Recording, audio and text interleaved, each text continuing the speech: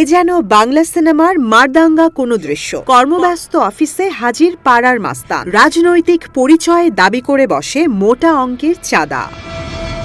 দেশ যখন আইন শৃঙ্খলা পরিস্থিতি নিয়ে কিছুটা টালমাটাল, রাজনৈতিক দল ও সাধারণ মানুষ যখন আসন্ন নির্বাচন নিয়ে সরগরম, তখন চাঁদাবাজদের মধ্যে যেন শুরু হয় ঈদের আনন্দ। কোত্থেকে কিভাবে কাকে ফাঁদে ফেলে পকেট ভর্তি করা যায় তার যেন মহা সমারোহ।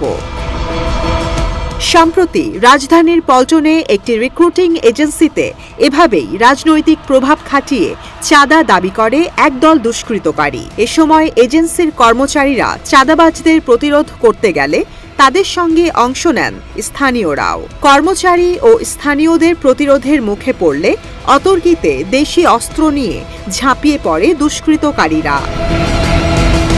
এ সময় রিক্রুটিং এজেন্সির এক কর্মচারী ছুরিকাঘাতে গুরুতর আহত হন। খবর পেয়ে ঘটনাস্থলে উপস্থিত হয়ে দ্রুত পরিস্থিতি নিয়ন্ত্রণে নেয় পল্টন থানা পুলিশ। দুষ্কৃতকারীদের বিরুদ্ধে আইনগত ব্যবস্থা নেওয়া হয়েছে। বর্তমানে বিষয়টি আদালতে বিচারাধীন আছে বলে জানিয়েছে মামলার তদন্তকারী কর্মকর্তা।